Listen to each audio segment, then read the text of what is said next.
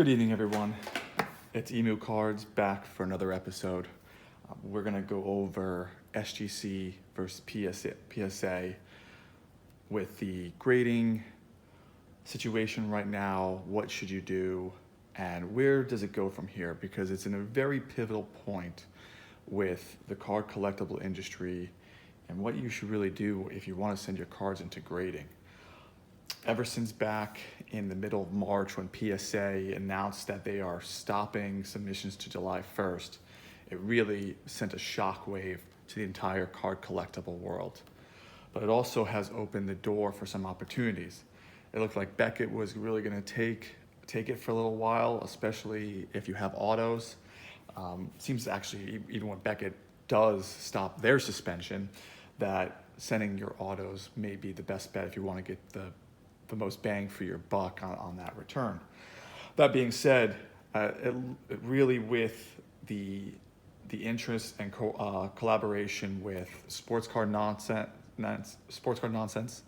on the Ringer Podcast Network, and also with Sports Card Investor, and really that video that Sports Card Investor did with really illustrating the SGC grading process, so you can really see what goes into it, and then also with the empirical data that came out about PSA over the past 6 weeks and now to 2 months, with it coming to the end of June, where the PSA 10's grading has gone down over 50% with really no rhyme or reason to it, and it's really made it difficult. PSA still holds so much more value than most, unless of course you get BGS 10. Of course the black is the gold standard or the black standard in that sense. But SGC is really making waves. Retro Card Collectibles on YouTube did an awesome video 2 weeks ago. Retro Hoop Collectibles, I believe. I'm sorry if I got his name wrong. Either Retro Hoop Collectibles or Retro Card Collectibles did an awesome weekend breaking down the prices of SGC and PSA. And there was a great comment section about other people's ability to sell comparably between SGC and PSA 10. And it looks like SGC and PSA 10, it's about like 30%, maybe 25%, with SGC 9.5 is selling more than PSA 9. But the really thing that really is opening my eyes is the consistency on which SGC is grading their cards. You know what you're getting. And I have no affiliation with Sports Card Investor, but with their submission, their group submission ability, where you also get it evaluated, and they will let you know whether you should send it back or not. And the way they usually handle it, if they don't think it's going to be at least a 9, they will reject it, and they say, like, look, just try and sell it raw, and maybe add it to your personal collection. So my friends and I here at Emu Cards, we actually sent in a small submission at SGC. And we're probably looking to get it back sometime next week, and that's going to be one of our episodes, which I'm really excited to do. And then from there, I'm going to decide whether I should send in more, because right now we probably have about 300 cards that we want to be sent to be graded. Maybe we'll shrink that down depending on our own evaluations. But it's an awesome service that you can send it through Sports Card Investor, get them evaluated, see if it's worth it. If not, they send it back to you. No extra charge. You don't have to pay for the shipping. I mean, you really can't go wrong. You're going through almost like a screener to kind of really hone in to see it. And it also can help you learn about what you want to do going forward. So this video, kind of illustrated some cards that I really would like to be sent to be graded. 2 of the cards with the Kevin Durant Black Border rookie card and the 1957-58 variation card. I was really even thinking about sending it, doing the express service through PSA, really with the Black Border, because I have two of these, and paid that $300. But what really stopped me was, again, the inconsistent grading. I mean, you see all these videos, whether it's Graded Card Investor, Sports Card Investor showed a submission when they opened up the 1988 Fleer box, and I think they got one PSA 10.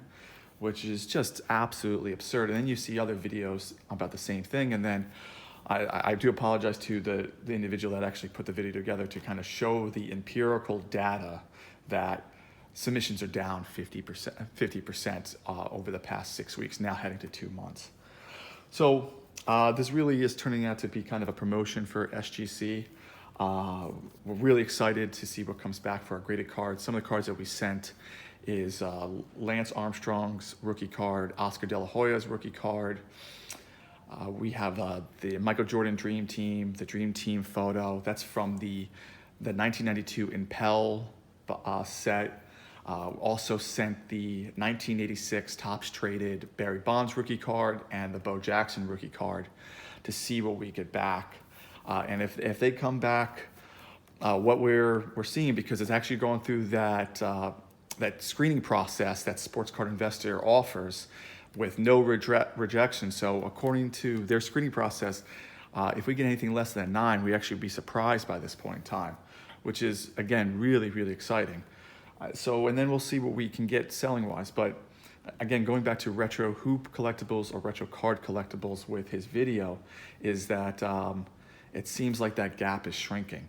And why this is now a really massive moment in the card industry is that July 1st is not a guarantee that PSA is going to open everything up, and also the grading system is not going to be as consistent as it was to previously. I mean, it's not too long ago where you can go through PSA and it'd be $9 a card.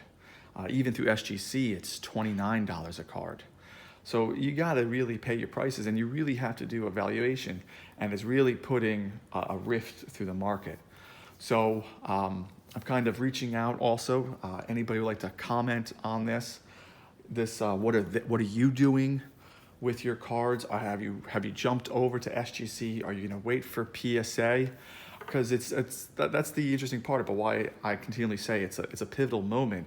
Is SGC may pass PSA on how things are going and how consistent they are, and their 2 to 3 week turnaround is just unbelievable. That eventually people are going to want to go to that, especially if you want to get your cards graded. So again, comment. What are you doing? If you like what you see here, subscribe to Emu Cards. If you have any questions or concerns, send an email, emucards@gmail.com. Again, on Instagram, emucards. Like this video if you breathe oxygen. And again, subscribe. And I will see you all soon. Take care. Hope all is well.